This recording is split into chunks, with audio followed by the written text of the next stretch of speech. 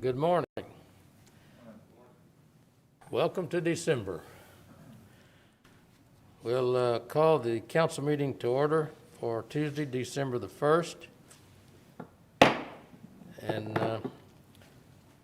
I'll start out with the invocation, then we'll have the pledge to the American flag and the Texas flag. Following that, Ms. Huerta, if you'll call the roll, make sure we're legal, and then we'll get on about the day's business. Join me in prayer. Father, we're thankful for this day and the beautiful weather that we have.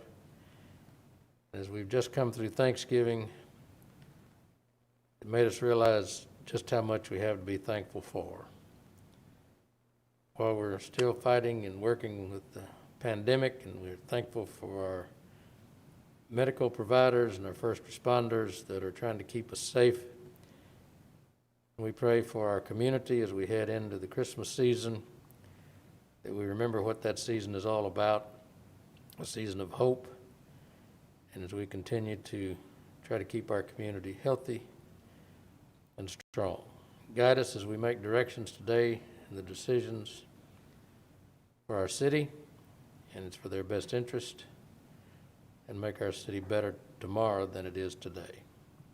These things we ask in your name, amen. Join me in the pledge to the American flag.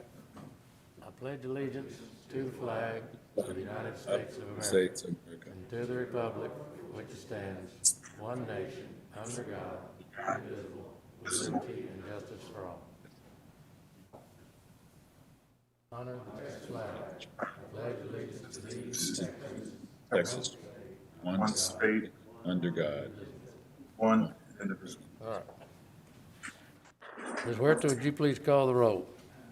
Mayor Joe McComb. Here. Council members Roland Barrera, Here. Paulette Guajardo, Present. Gil Hernandez, Here. Michael Hunter, Here. Ben Molina, Present. Everett Roy, Present. Greg Smith, City Manager Peter Zanoni, Here. City Attorney Miles Risley. Mayor and Council, a quorum of the council and the required charter officers are present to conduct the meeting. All right.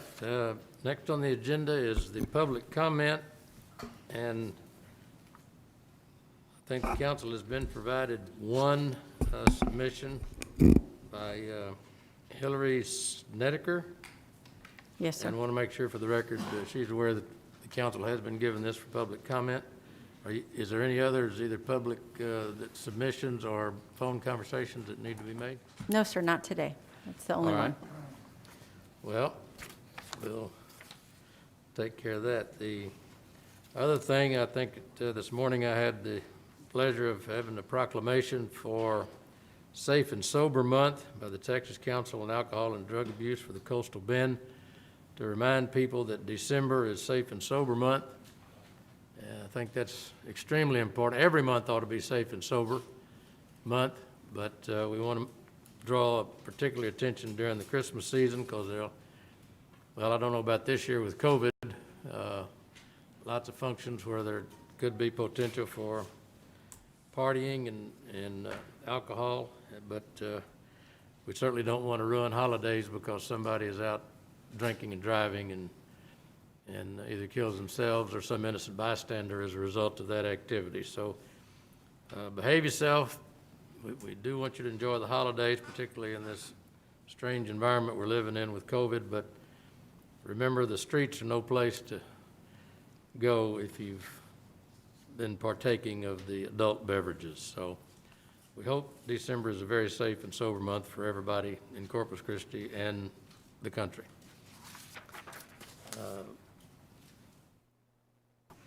Mr. Zanoni has a city manager's update on and city operations. Okay. Good morning, Mayor and members of the council. Good morning.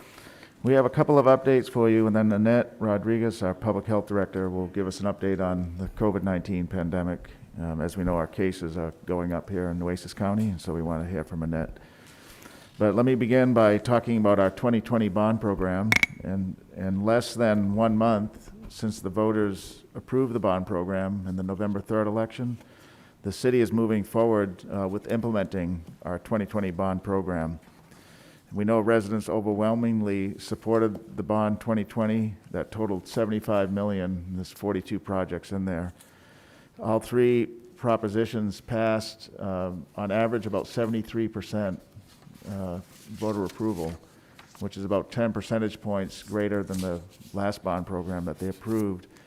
And what that demonstrates is that the community has high confidence in the city's ability to deliver these capital projects as well as our essential city services to the community.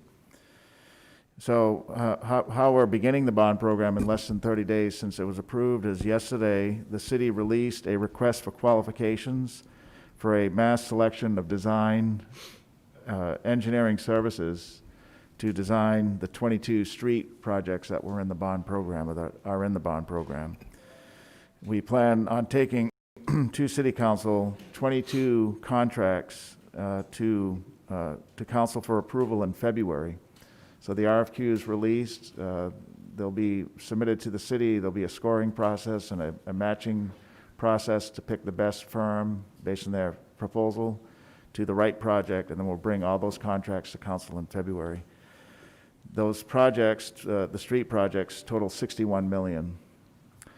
Then the design services for the parks and facilities projects, that will be released in December this month. And those projects, contracts will come to City Council in March, and then the design will begin in April. So this is good news for the community. We want to tell the community today, and I know there was an article in the paper this morning as well, that the city is serious about executing the bond program. It's one thing to get it approved, but it's another thing to provide it to the community, and so we're well on our way to doing that. If the community wants to, again, see some of the information about Bond 2020, they can go to our website, which is cctexas.com/Bond 2020. There's a listing of the projects and maps and that type of thing. So speaking of improvements in the community, I want to provide next an update on the Everett Road construction project. In August of this year, I provided an update to the City Council, and at that time, in August, 40% of the work was complete. Since that time, an additional 20% has been completed, so we're more than 50% completed, 60% in fact today. As a reminder, that project, the Everett Road project, is a $14.3 million project, and it was awarded to Raytech Construction. And it started about a little over a year ago. September 2019 is when it started. And it's a 3/4 mile road reconstruction project. The project consists of new concrete roadway on all lanes and sidewalk, curbs, gutters, ADA ramps, underground utilities, traffic signals as well. And the limits are from Holly Road all the way up to SPID, to South Padre Island Drive. So Holly Road all the way to SPID. It's a 6-phase construction process. Phase 1 and 2 is the northbound lanes from Holly to Corona Drive. And those are completed. And in fact, the public's driving on them today. So Holly all the way up to Corona, completely done. They look great. I was driving them this past Sunday, in fact. And then phase 3 and 4, which is the southbound lane from Holly to Corona, that's currently under construction. They've done some big concrete pours in the past couple of days, Raytech has. That section will be done by the end of this month, by the end of December. And so what will be left is that section of Corona to SPID, and by design, we won't start that until January, until after the shopping season is over, right? There's several big shopping centers there. That'll start in January, and that'll be the last segment, the last 2 phases for that project. So the entire project will be completed in April of 2021. That's coming up. And the project is on schedule and on budget. So those are 2 critical things to let the community know. Now, last week, Greg Reyes, he's the owner of Raytech, he took some time out of his calendar just to give me a call and express how happy he is to be working in our community. And he also gave his team a thumbs up, saying that he's proud of the work they're doing, as demonstrated by the project. If you drive down there, the construction site, they're always messy, right? But that one's in pretty decent shape. The traffic barricades and directional traffic material is always in good shape, despite the amount of traffic flow and the amount of turn-ins to the businesses. And we continue to engage the businesses each week. We're sending an email update to them that are on our email list, and we still are doing the biweekly meetings with business owners along that drive. So that project is coming along good, and it'll be completed soon, and we'll have another good stretch there of Everhart. And then my final thing I'm going to mention, and then we're going to have Annette speak, is to talk about one of our departments that received an award recently, and that's our gas department.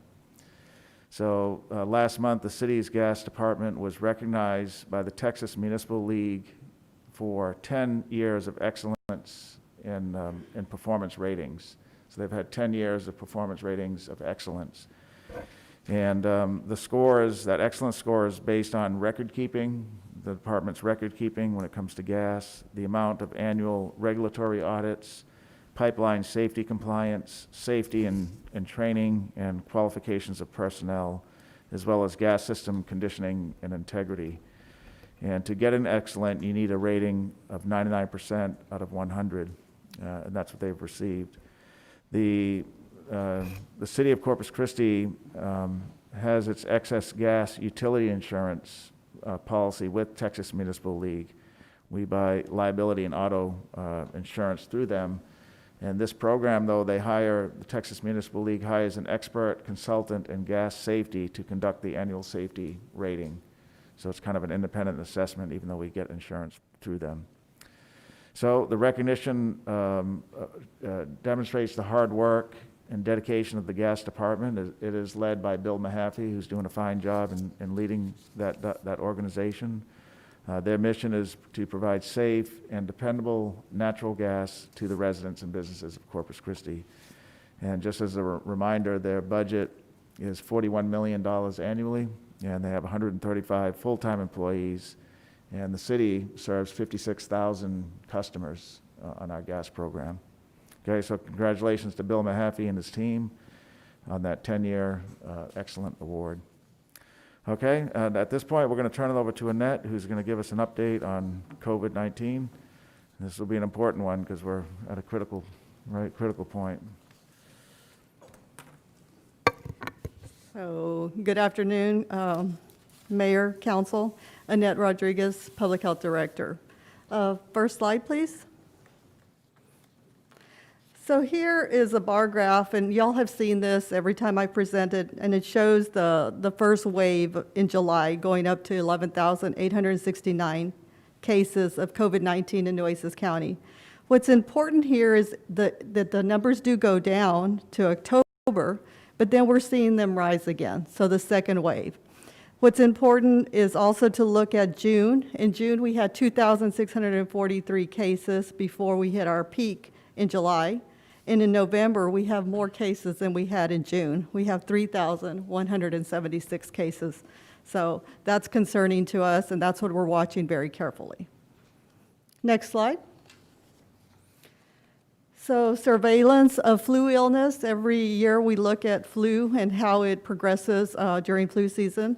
The good news is that in Nueces County, this last week compared to the same week last year, so we only have 23 cases of flu versus 268 the same week last year. So our flu cases are staying very low, and that's very good news. We believe a lot of that is because of the public health strategies that have been implemented by the citizens. So we know that they're all doing what they need to do, and they're trying hard. So I'm going to turn to a little bit and talk about COVID-19 vaccines. Next slide, please. So what are some of the facts about COVID-19 vaccine? First of all, it does not give you the COVID-19 virus. And I think that is so important that everybody hear that. Because every year when we try to give flu shots, people say, well, I get the flu, so I just feel like I get the flu and I don't want to take it. This does not give you COVID-19 virus. It also does not use live COVID-19 virus when it's being manufactured. So those are really important. It does prevent you from getting COVID-19, and it also does protect you by boosting your immune system into making antibodies against COVID-19. It does take about 2 weeks for you to reach optimal protection, and there is, of course, a slight chance of you getting infected with COVID-19 still after you've been vaccinated, but your body should have a much faster response. Also, you may not even notice that you were infected since the antibodies should act fast against the virus. Next slide. So there's different methodologies that they use for making the vaccine. The one that we all know about is the conventional method, and that's with the traditionally where they use eggs. And so they actually take some of the flu virus and they have to inject these eggs so that the virus can actually grow in the eggs and adapt them to grow in the lab. And this could take months. It almost takes up to a year. So every year we order a year in advance for flu vaccine versus the new mRNA, the messenger RNA vaccine. It's made with a genetic code. It's made in the laboratory. You may remember that China actually sent us the virus sequencing. When they decoded it, they sent it to us very quickly. And CDC used this sequencing to create the PCR testing kits so we could start swabbing quickly and we could start testing people to see if they actually had COVID-19. The genetic sequence can be instantly distributed via internet around the globe. And so this is the sequencing that they use for this vaccine. And it takes about a week to generate a batch of vaccine, but the clinical trials, of course, are still required.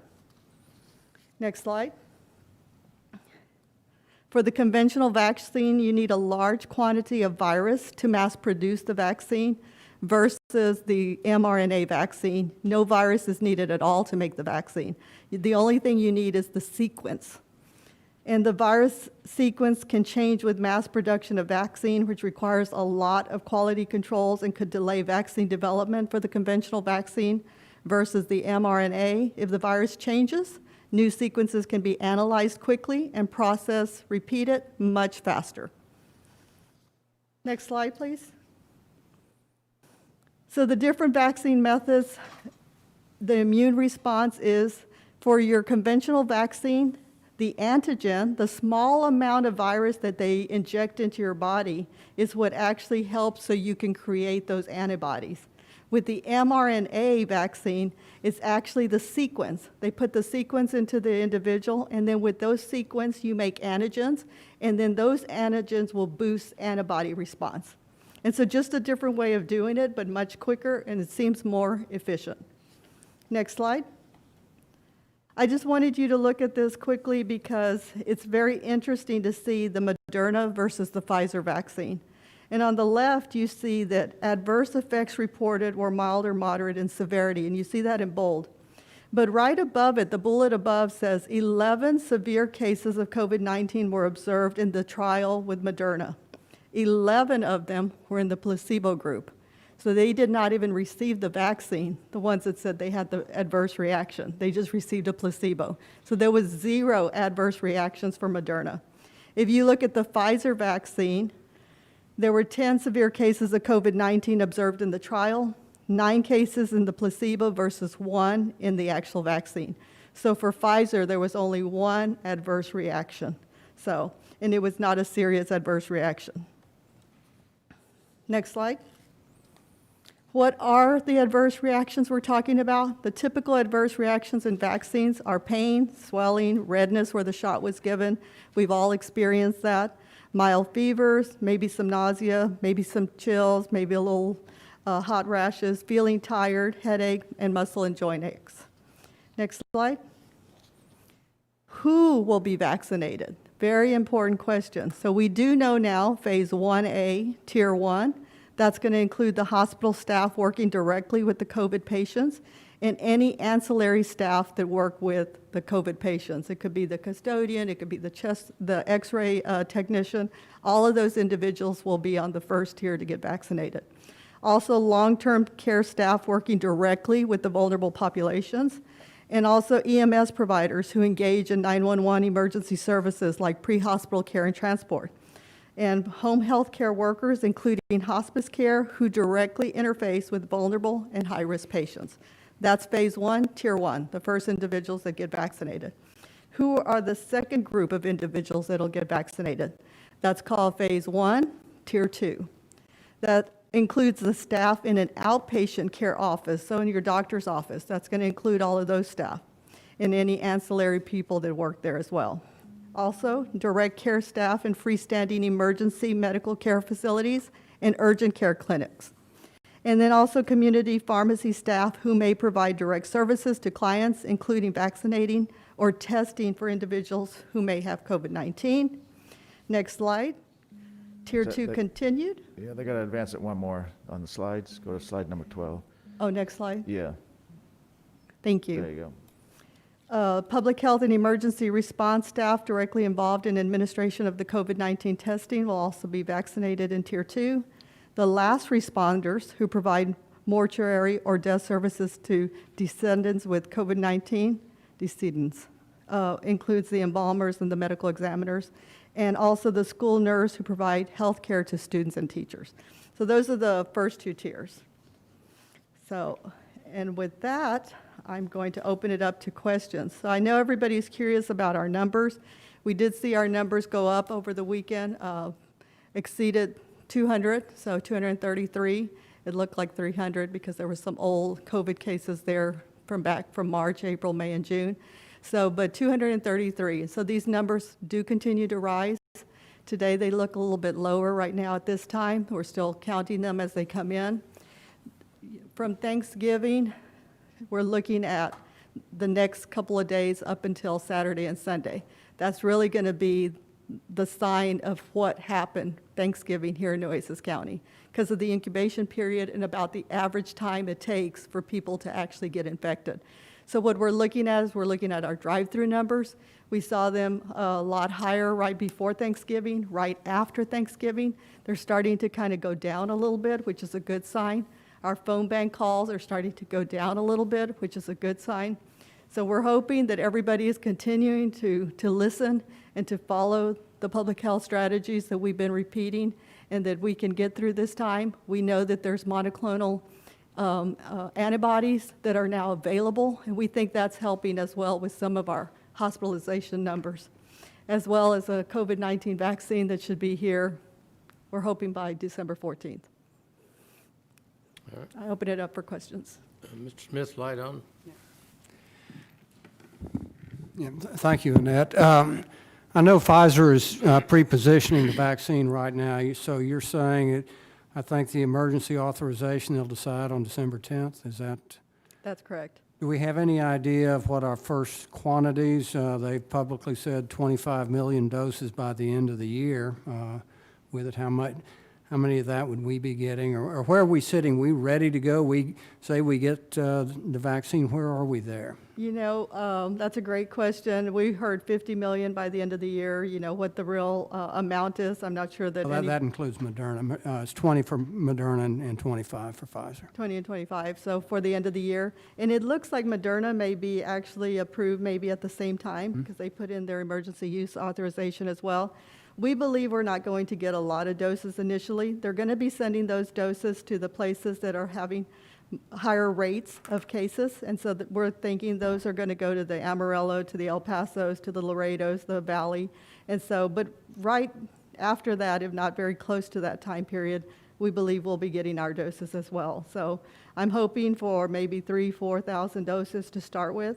So. And how would 3,000 or 4,000 doses for our Tier 1, would that cover us there, or can we?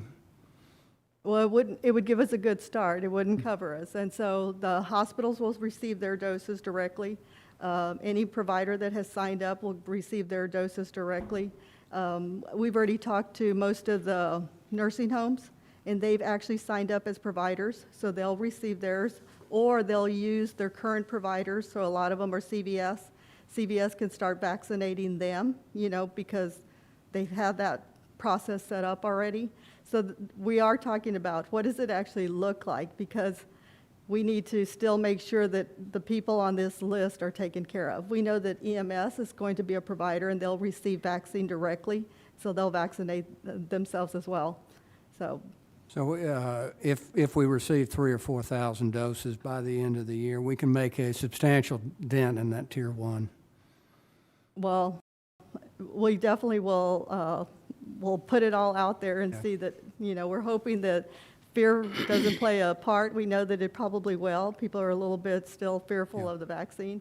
But yes, we're hoping that all of the first tier will get taken care of by the end of this first year. So we can start 2021 with some getting out of this hole then.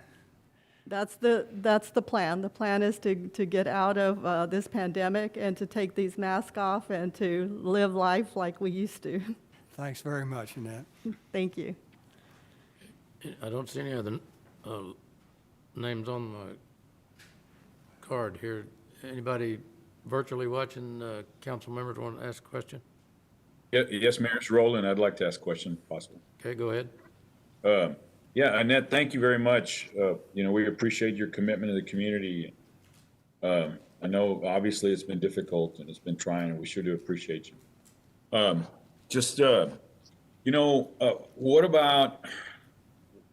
are our plans? I've said often that 78415 in the county has the highest number of infections or cases. And, a lot of times that could be attributed to either, affluence or just access to healthcare, and then access to how to, attain that healthcare. Is there any plan or campaign so that way we can get to that community that's typically underserved, that doesn't have access to healthcare, or that puts off medical care because of cost or just not knowing? Have we addressed that, or is there something that the state or anybody has addressed, that how do we get to the underserved that typically don't access healthcare? And that's a great question. We are trying to make sure that that there's enough clinics, not just from the health district, but from all walks of lives. We're trying to make sure that the Missions of Mercies, the individuals that actually go out to these areas, that they sign up as providers as well, so that they can be out there vaccinating. So we really do need the help of all providers. We're looking at utilizing the Richard Borchard Fairgrounds. We're also looking at the Greyhound Racetrack and possibly the Sears parking lot. So we want to make it easily accessible, for anybody to be able to come and get vaccinated. It's also going to be free, where there's not going to be a charge from us. Private providers can charge $15, $20, whatever they need to charge for the vaccine. But yes, the more providers that can sign up that are actually in those areas, and you're right, a lot of individuals aren't in those areas or haven't signed up yet as providers. But we're trying to encourage them to sign up so that way we can get that population vaccinated as well when the time comes up. Thank you so much. Thank you. Anyone else? I've got a question. It's Paulette. Okay, go ahead. Do we, or I guess I should say, what if any city resources would need to be deployed to assist in this distribution of the vaccine? Can you lean up a little closer to your mic? We couldn't hear you too well. Yes, I'm sorry. What city resources would need to be deployed to assist in the distribution of, the vaccine once it's here? Well, we know that we have TDEM that's going to be assisting us. We know that we're going to receive the vaccine directly. So from Pfizer, it's going to come direct to Health Department and to all the other providers. What we're looking at is potentially needing some dry ice for some of the providers. We're fortunate that we have an ultra-low freezer at the health district, so we'll be utilizing that. Pfizer requires negative 94 degrees to be stored. But again, we're not trying to store the vaccine. We're trying to, turn it around and get it back into the population. So if I had to think of needs, it would really be the dry ice. We can request the dry ice through the STARS request through the state. And the state is working on trying to help us get that dry ice for providers as well. But you can actually, you don't have to have an ultra-low freezer. You can use the thermal shipper that it comes in. You just have to change the dry ice 24 hours after you receive the thermal shipper, and then every 5 days after that. Okay, so Peter, is that something that we would be able to assist with? We are, yeah, and we're working on that. In fact, with the CARES money, we bought and are in the process of obtaining a lot of material to be, Annette's been on the plan of administering the vaccine for a couple of months now, Annette. So we pre-ordered things using the CARES money. Her team is getting engaged. That you can see this new information we had today. They have up-to-date information, And, Okay. yeah, I think we're in good Great, great. shape, yeah. Yeah, Yes. and I just want to Yeah. make sure the public's aware of how we'll be assisting in the process. Right. One last thing, Annette, where do you see, or down the road, where do you see that the vaccine will be available to all seniors? I mean, at what point? I know it's very difficult for you to tell, but time-wise, seniors that are at home, they don't necessarily fall into some of these categories and the tiers that you show in the presentation, but people at home that are seniors that may not fall into those categories. Where do you see that how long do you see that happening from I'm now? seeing that in my mind, probably the end of February, early March, to be honest with you. I don't know what the other tiers look like specifically at this point. They haven't actually given us that. A lot of it depends on how much the manufacturer actually, can make. And so depending on how much they can make, how many are out there, again, we have 2 that have put in the emergency use authorization. We're also looking at a 3rd one who's, quickly coming around the bend. And so, the more providers, the more manufacturers of these vaccines, the quicker that date is going to be moved up. Great. Okay. Great. Thank you very much. Thanks for all your work, Annette. Thank you. Mayor, this is Councilman Roy. Yes, sir, go ahead. I do have a question. We didn't mention, and I understand the way that this vaccine works is that it's required to have a booster within about 2 weeks. Is that still correct? That's correct. 21 days after you receive your first one, you have to get a booster. So 21 days after. So Right. really, in terms of supplying that, we're looking at trying to make sure that we get everything out there as far as the phases, but then we essentially then 21 days later have to make sure that the population gets their booster because that's critical. So that's going to also play into supply, correct? Yes, definitely. Will there, and maybe this is premature in asking, but is there going to be a priority if you have the first shot, depending on what the supply is, to make sure that you have the ability within 21 days to get the second shot? Because if you miss that window, then do you have to start over again? No, and the time frame is at least 21 days, and I think it's plus or minus 2 days, so you can be 19 days and still get your vaccine. And so we're looking at putting some systems into place to actually help people to come back and get that second vaccine. But you're right, it's going to depend on what we have. A lot of the questions that we've asked DSHS have been around the same question that you're asking. Like, if we receive enough to do 1,000 people, should we only do 500 people and save the other 500 so they can get they're guaranteed to get that second dose 21 days later? And the answer was no. The answer is you take the vaccine, you get as much of it into the population, and they will keep sending you vaccine. Now, there's the logistics of if you get a Moderna vaccine, your second vaccine has to be Moderna, and that's 28 days later. The Pfizer is 21 days later, and if you get a Pfizer first vaccine, you have to get a Pfizer second vaccine. So we're trying to help with those types of things as well. Maybe saying like the mall is only Moderna. So people remember, I went to the mall, I got Moderna there. I was here the first time, so I'm in the right place. It's not something that looks foreign to me. We're trying to do those types of things. We also have the Luminaire system, which will actually alert you. We'll send you a text, we'll send you an email saying it's time to get your second dose, and your dose is Moderna.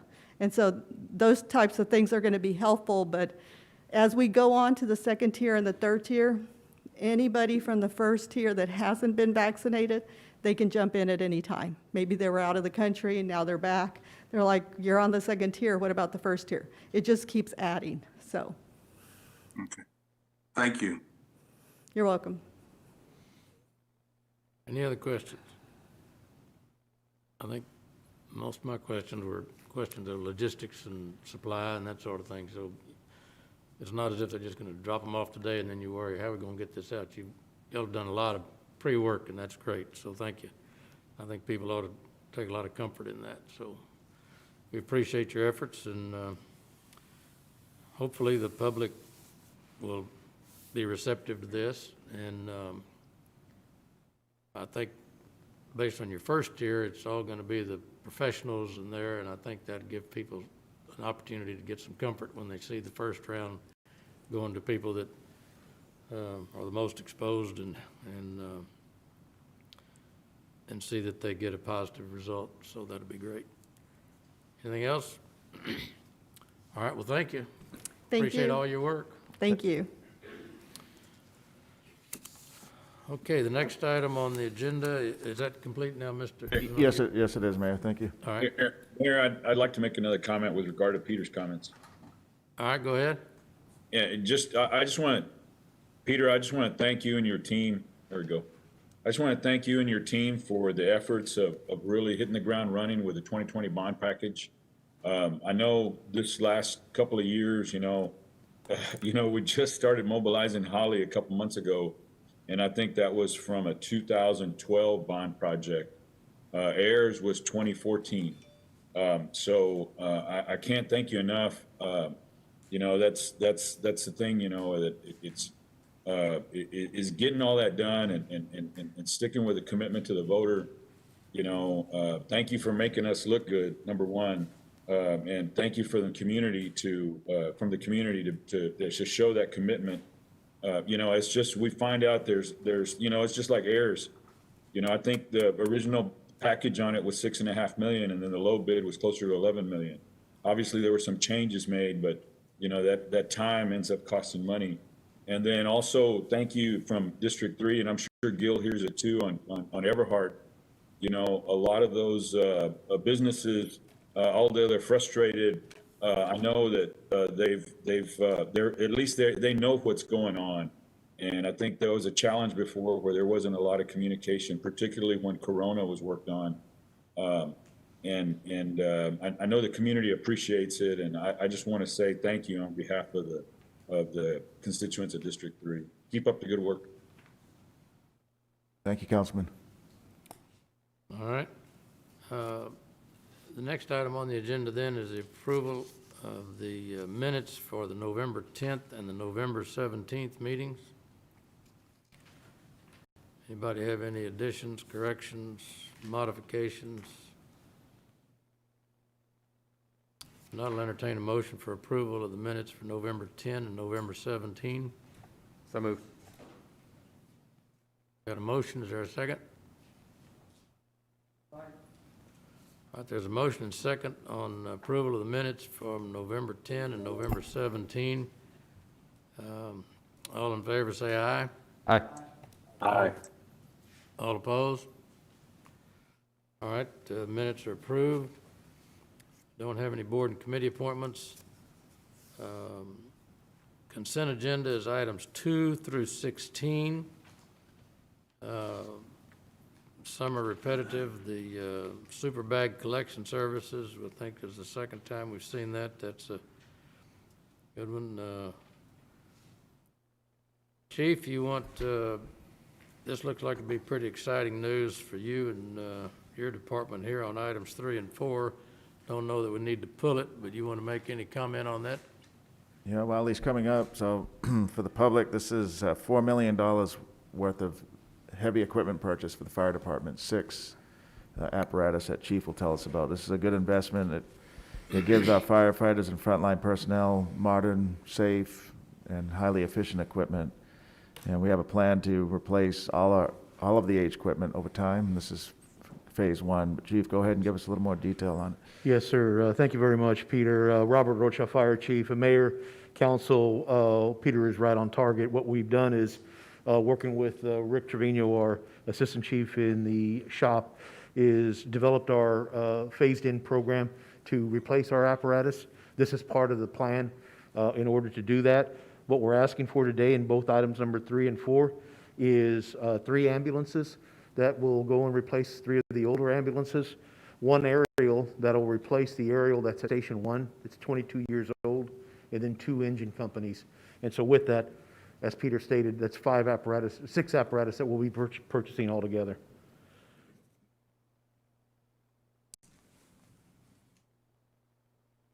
Well, that's good news for the city and for the department too. Yes, sir. Thank you. Mayor, I've got a question real quick. All right, yes, sir. Chief, can you go go over which stations are getting the replacement equipment? Yes, sir, and I've got Assistant Chief Trevino to help out with that. I know that the aerial ladder, which is the most expensive piece of apparatus, is going to replace the aerial that we have at Station 1, 510 Belden. So that way we have two aerial ladders. One is located on the north side over in downtown, and the second one is located in District 5 over on Rodfield Road. We have three other ladder companies. One is at Station 7 in District 2, one is at Station 2 in District 1, and the other one's at Station 15 in the 4th District. And so with that, it'll replace that one that you were asking me about. The apparatus, I've got some older apparatus that need to be rotated out, and what we'll do is we'll replace two. One is going to be, looks like Engine 1 and Engine 5, which are the ones that we're going to replace. Now, all of this is system dependent. So for example, if I have an issue in which another fire truck ends up being a lemon, we may switch it out and replace that one. But what we'll do is we'll take two engines, we'll replace those, we'll take the two best ones that we have and put them in reserve, and then we'll send back two fire trucks that have already exceeded their lifespan. Right, Rick? Yes, sir.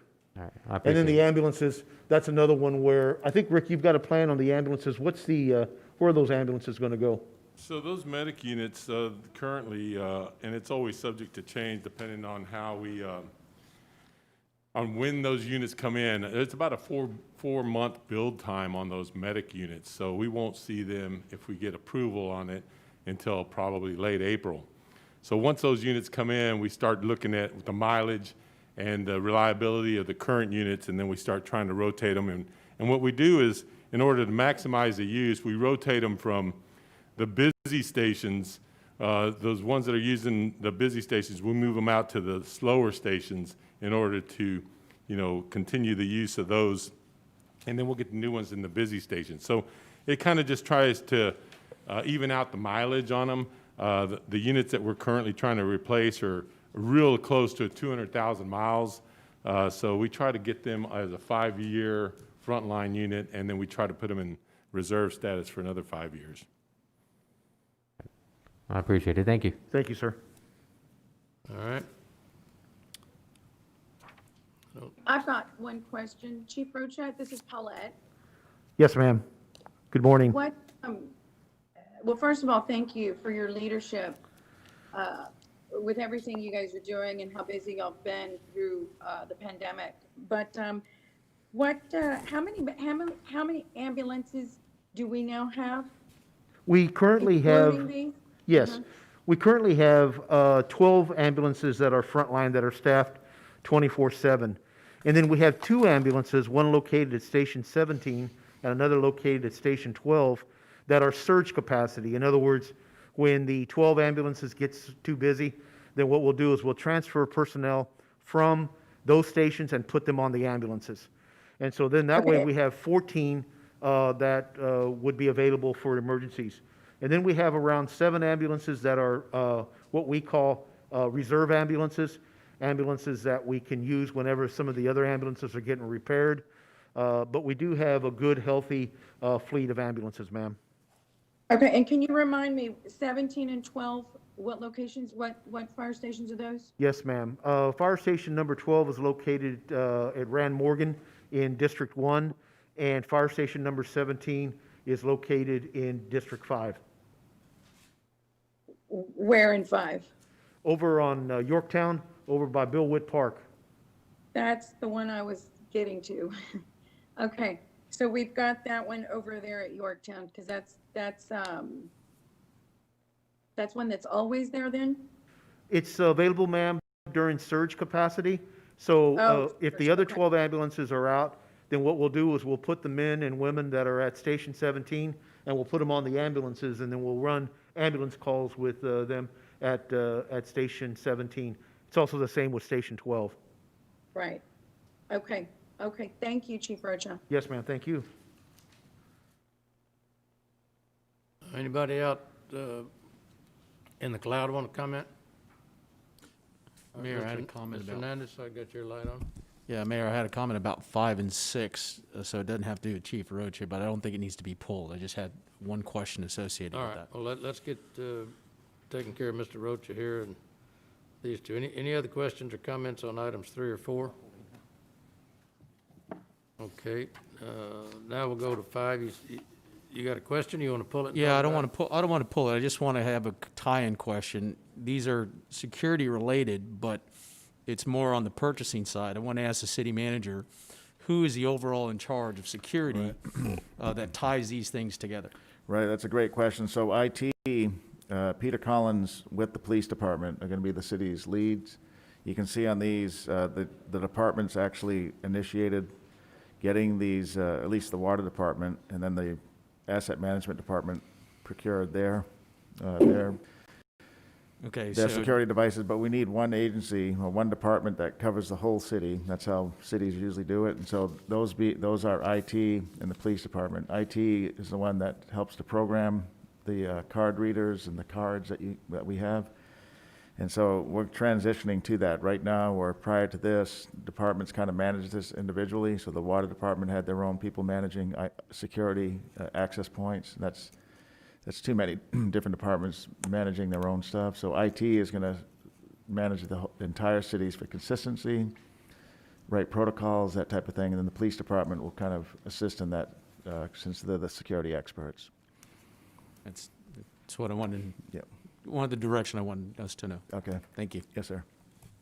All right, anybody else? All right, then, any other comments on any other consent agenda items? It looks, Yes, Mayor, I'd like to pull number 12 and number 16. 12 and 16, Yes. okay. Anyone else? If not, then I'll entertain a motion on approval of agenda items 2 through 16, with the exception of 12 and 16. Is that correct?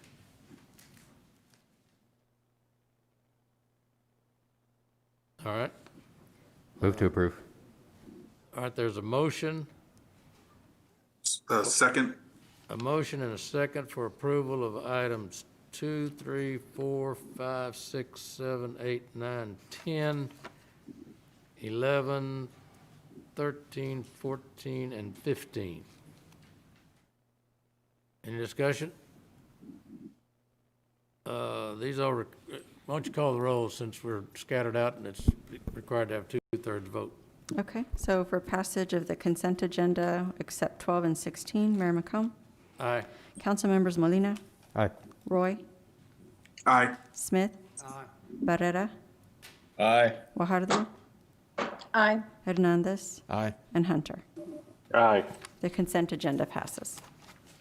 All right, Mr. Hernandez, I think you had a question on number 12. Yes. Okay. Okay, we've done this before, but I want to just, since this involves a large amount of money, just want to kind of describe exactly what we're doing and how this works specifically. Sure. Heather Hurlbert, Director of Finance. So we are able to do what is called a reimbursement resolution. So we, within the CIP plan and the adopted budget for 2021, council did approve projects through the CIP plan. And so what this does is that we are making a resolution to reimburse ourselves for money that may be used for CIP for the 2021 CIP projects, that we can go ahead and get started on those projects. And then when the bonds or debt is actually issued, usually in the spring, summer timeframe, we will reimburse ourselves with those bond funds. So this allows us to go ahead and get started on those CIP projects prior to issuing the bonds. Okay, question on that. Is this intended to cover the entire amount of year one's bond projects? No, it would just be, we do it for ease and for transparency, we do it for the full amount that we anticipate that we're going to issue, but we would not be spending $120 million prior to the spring when we issue those bonds. So this is an up to amount? Or is this for? Yes, this would be an up to Okay. amount, yes. Because there's about a $5 million difference between the first projects from CIP and this 120 million. So you're not looking to borrow all or to reimburse all of it. You're No. just, this is an up to amount. Exactly, it'd be a not to exceed. And I believe the CIP actually is a little bit more than the $120 million. It's 125 and some change. Exactly, so that there is the intent that there will be some cash on hand that will be used in lieu of issuing bonds for some of those projects. Okay, thank you very much. Make a motion to approve. All right, there's a motion and a second on item 12. Any further discussion? You want to call the roll on this one? Just, it doesn't say 2/3, but just for Sure. clarity, so everybody is on record of this. Yes, sir. So for passage of Resolution 12, Mayor McComb? Aye. Council members Molina, Aye. Roy, Aye. Smith, Barrera, Aye. Guajardo, Aye. Hernandez, Aye. Hunter. Aye. The resolution passes. And then, item 16, Mr. Hernandez? Yes, and this is our calendar for the full year, and I was reviewing it this morning again, and I noticed that there was a little bit of inconsistency. You have, you closed off the, or removed the, or canceled the city council meeting that was after Martin Luther King Day on January 19th. Is correct? That's proposal. Yes, that's right. proposal. That's proposed. And, but you still have the council meeting right after Labor Day, which I believe has to do with our budget process. Is that correct? Yes, that's by request. So I've gotten feedback that it is preferable after a holiday just to cancel that council meeting. And initially, that is what I had proposed in September, but it's very clear as part of our budget process, the request was made to go ahead and keep that meeting. It's all related to our tax assessor collector and the information that he needs on a timely basis. So that's why that meeting was requested, and that's what's proposed, what's being proposed. Yeah, and Councilman Constance is here. She'll shed a little more light on that. We've worked with Kevin Kieschnick, who requested that we get our data to them sooner, but go ahead, Constance. Yes, ma'am. Yes, good morning. Yes, that's correct. We've been requested to provide our tax rate for fiscal '22 by September the 10th. And so in order to stay in line, we have to have a meeting right after the Labor Day. Okay. So you just moved everything up, Yes, sir. Yes, sir. and there's no way to take care of that on the 31st of August. That's correct. We've backed into it because we have to have public hearings, assuming we're going to be over the effective rate, and that's the soonest, or I guess the latest would be that, the day after Labor Day, the meeting after Labor Day. Okay. All right, that's my Yes, only sir. question. Thank you. Any other comment? Yes, sir. Second. Mr. Molina? I've He got has one a question. Yes, sir. Looking at the month of July, we have the 13th meeting canceled. And just wanted some clarification as to why we have that specific date canceled. That one, it's because of the 4th of July holiday. So that's when July the 5th, that's when we're going to actually celebrate, I guess, or recognize the holiday. That's the city holiday that takes place. That's when we would normally put out the agenda material for the 13th. So seeing that, I thought maybe we would cancel that meeting. We usually cancel a meeting somewhere at the end of June or July for summer. Okay. So in that instance, I made it just a little bit later Got it. because of that. Okay, thank you. That's my proposal. All right. Motion to approve. Second. There's a motion and a second to approve item 16. All in favor, say aye. Aye. Oh, I'm sorry, you want to call the roll on these, on this one? If you like, sure. let's- This one doesn't require it either, but since we did the other two, I'm happy to do Yeah, let's it. do Okay. So for passage of motion 16, Mayor McComb, that. Aye. Councilmembers Molina, Aye.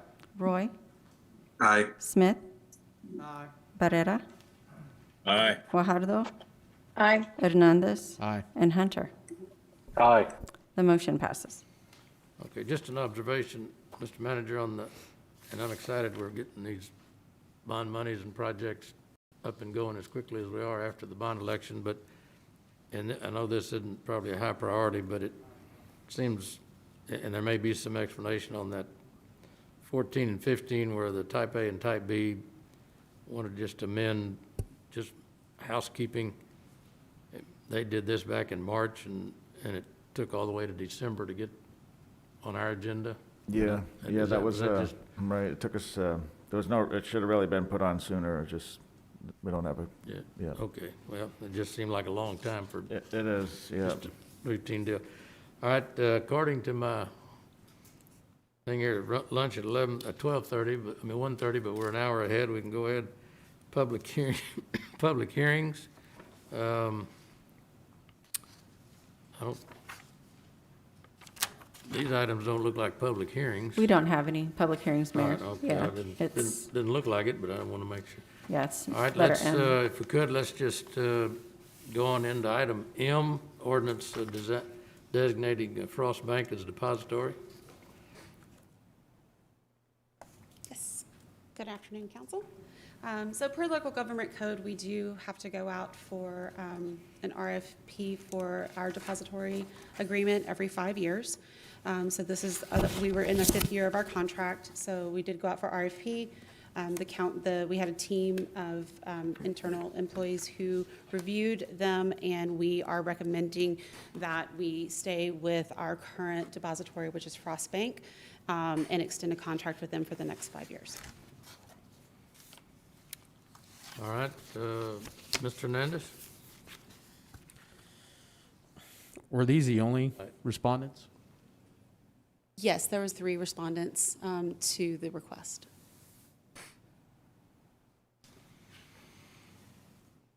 Okay, thank you. Sure. I was going to say, what we are seeing in the financial realm, just because with municipal and governmental depositories, you have to collateralize our deposits at 102%. And so it is something that does require a lot of assets for a financial institution to be able to collateralize our deposits. And so there are a lot of banks who do not offer services to municipalities or governmental entities because of that collateralization requirement. But we're not talking a large, I mean, what is the amount we're talking about in terms of what they would have to collateralize?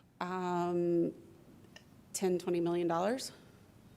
So it'd be what we have in our operating accounts, basically.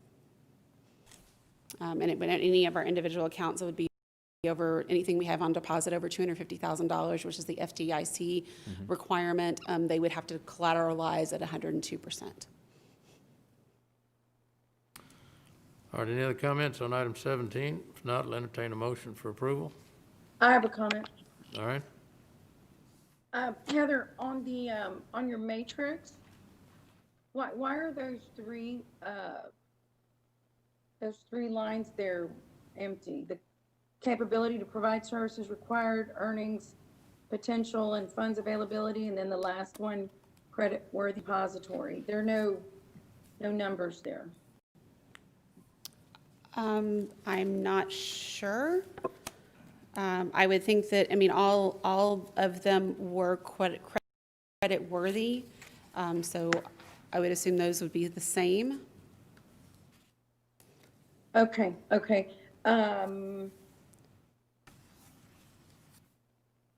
Depository. Okay, so, we didn't include, it would be nice to, see, I just noticed that there aren't any, you did include a pricing sheet, but it's only that of Frost. So there's no pricing comparison to the 2 other banks that are in the matrix.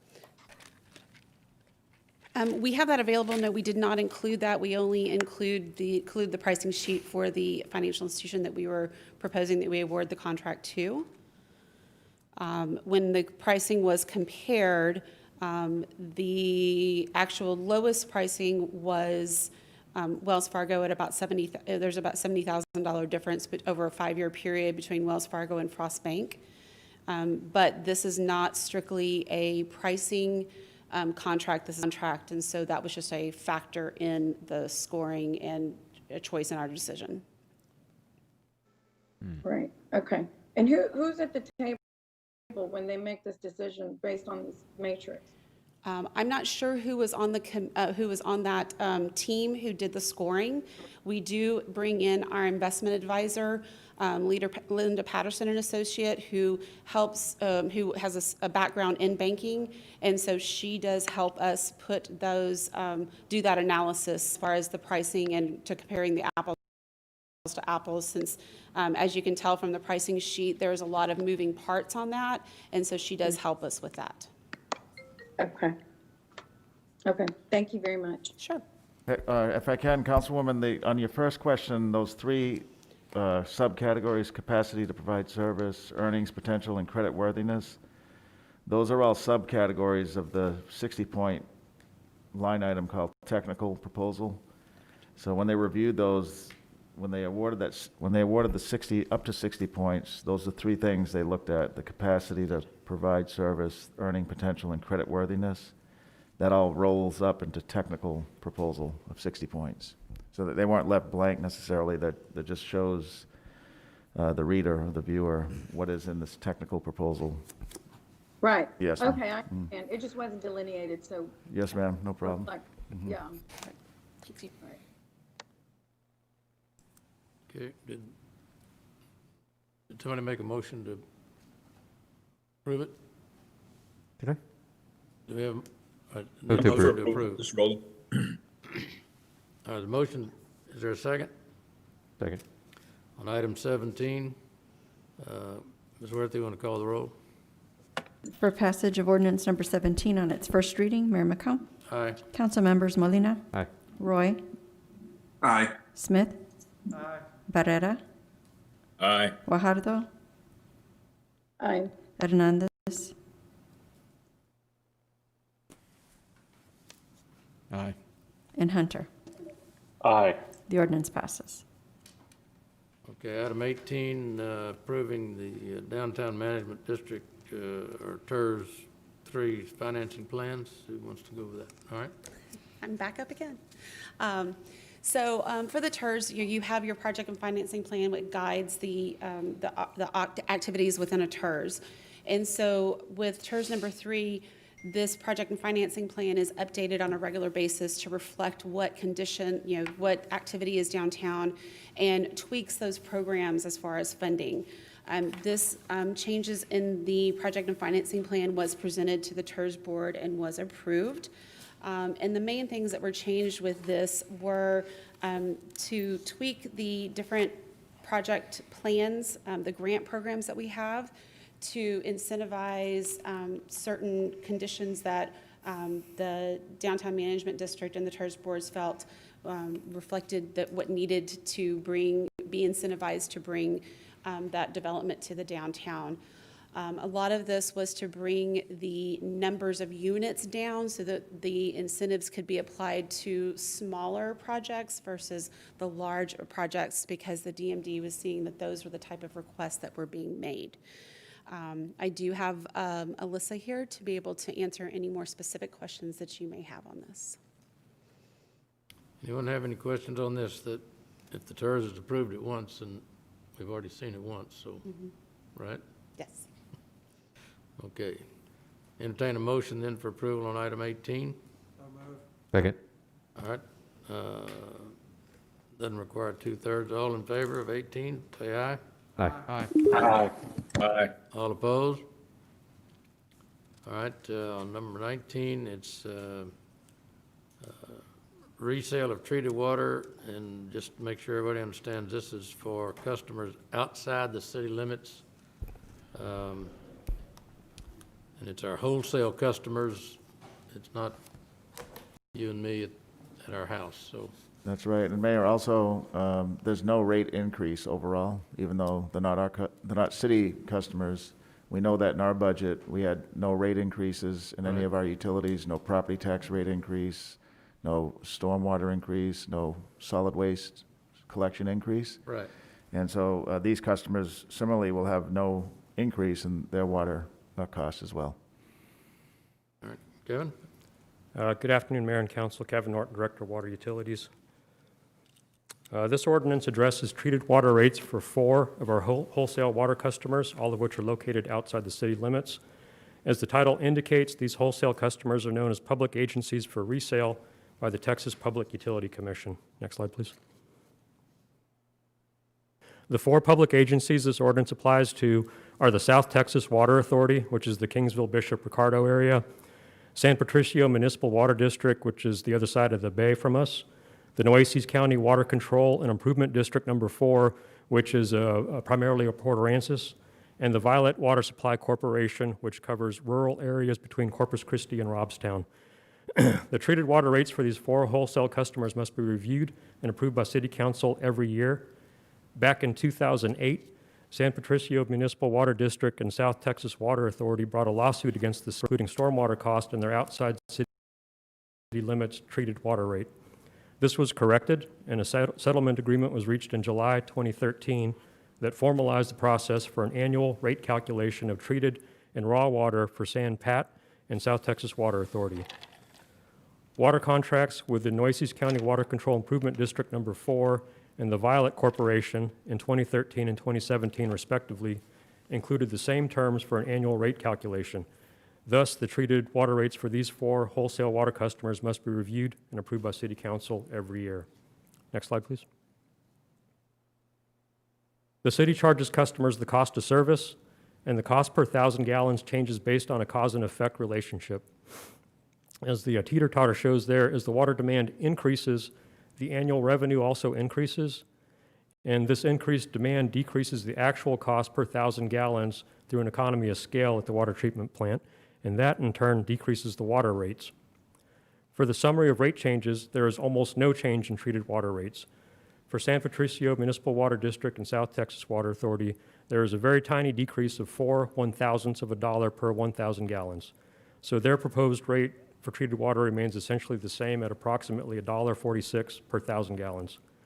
For the Nueces County District number 4 and the Violet Corporation, there is a slight decrease of 1.5 cents per 1,000 gallons, so their proposed rate decreases from $2.096 per 1,000 gallons to $2.081 per 1,000 gallons. So the treated water rates went down very slightly.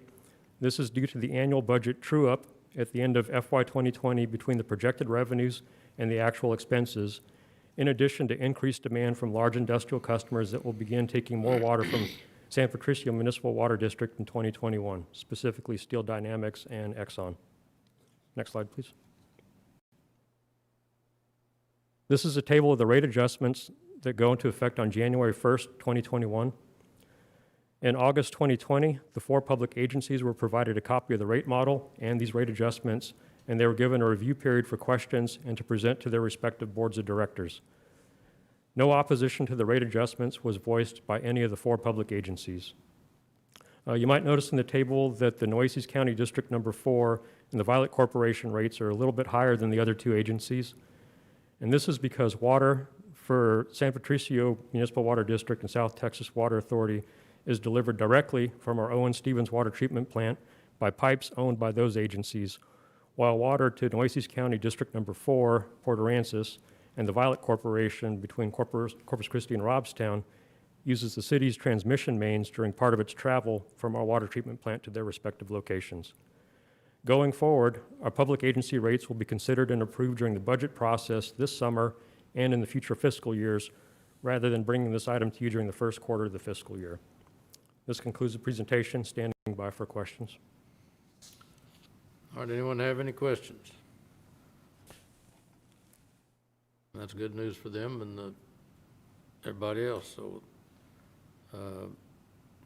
entertain a motion for approval number 19. Mayor, I do have a Thank question. you for your work. Mr. Hernandez? In year 2, there's a significant increase on the raw water.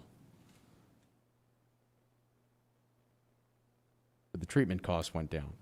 Can you kind of explain that?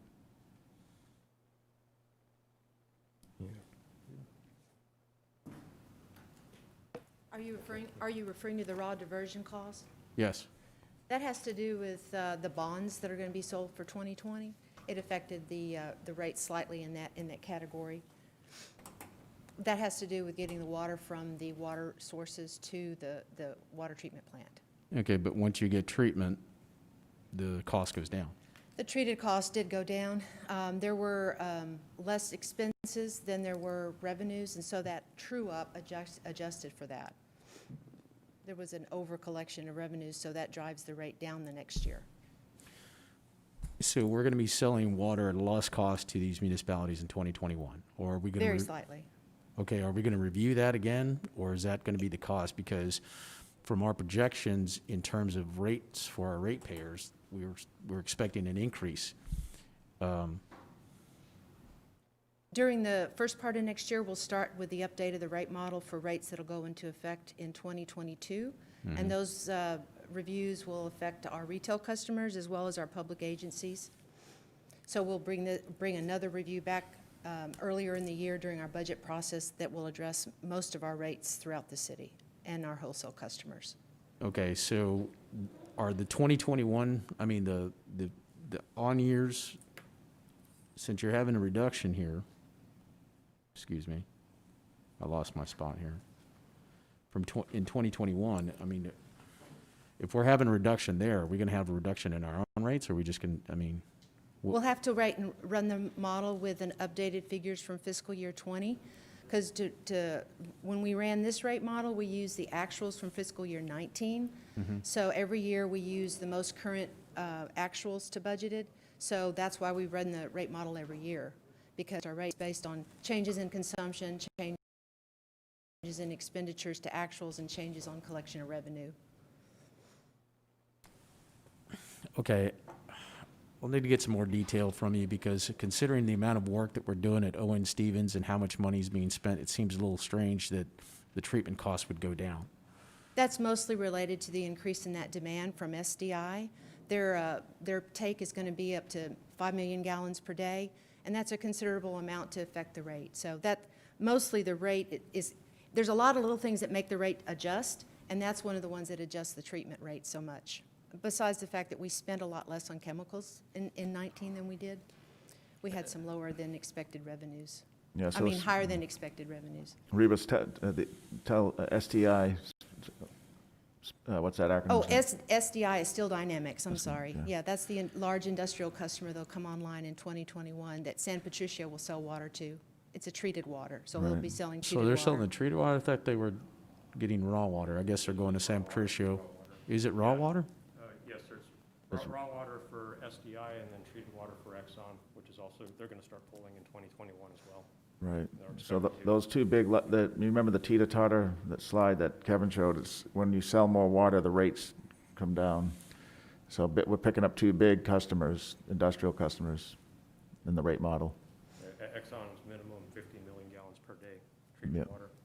Okay, so, I mean, you know, I drove by Exxon just last week, and they're considerable ways from what's your anticipated time for them to come online?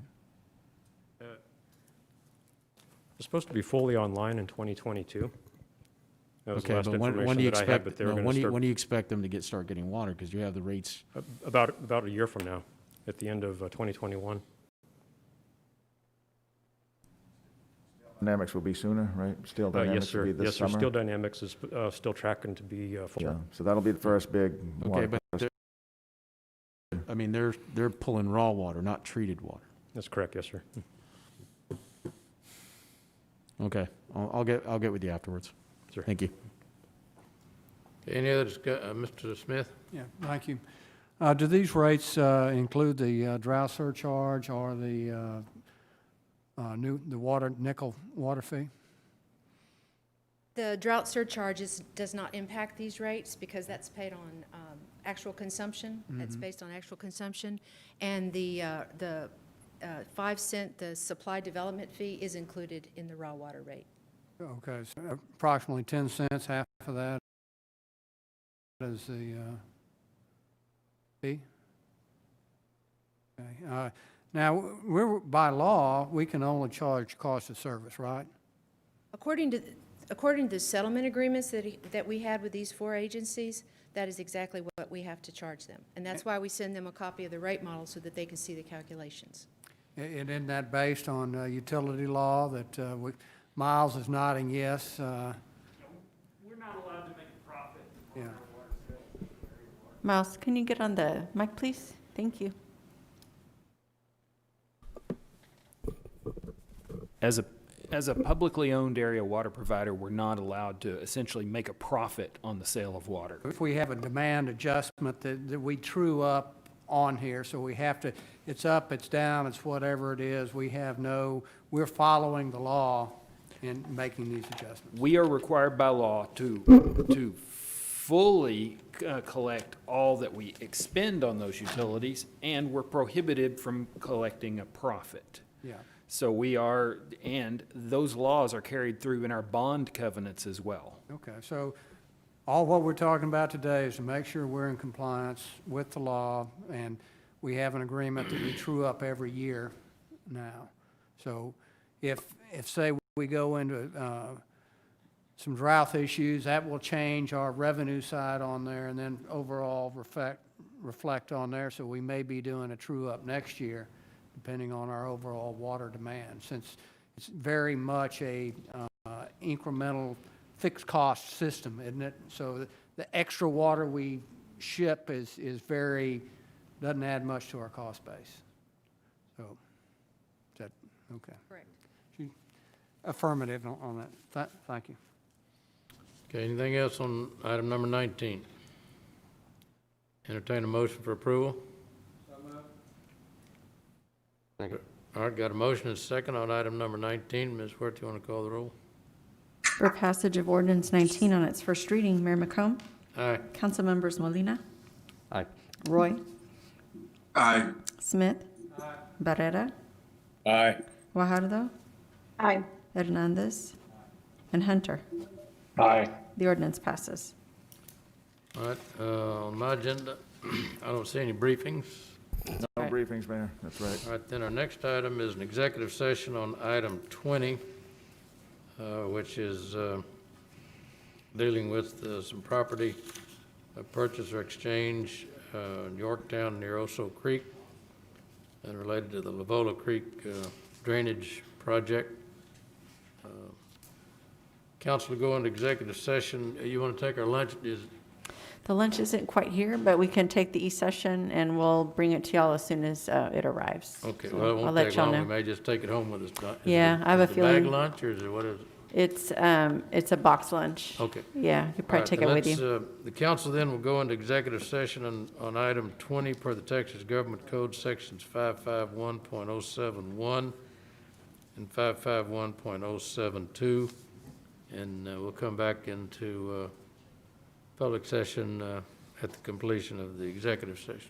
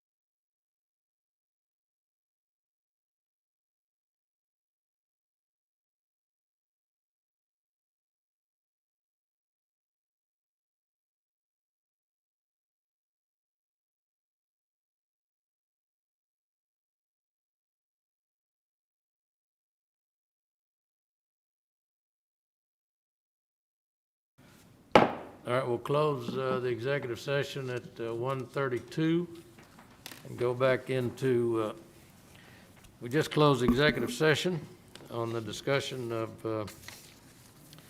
related to the purchase and exchange of some property out on Yorktown near Oso Creek, and this is in relation to Lavola Creek drainage. There's no action to be taken on that, and that gets us down to the identify future council agendas items. Anybody have anything there? If not, the next item on our agenda is adjournment. Ms. Huerta, have we done everything on the agenda that we need to do before we adjourn other than the lunch? And we can do that afterwards. Yes, sir, the agenda is complete, so we're ready, Mayor, to adjourn. All right, Mr. Manager, are you? Yeah, we're good. Good meeting today. We've got some good things done for the community. All right, then at this point, we will adjourn the meeting at 1:34. Meeting adjourned.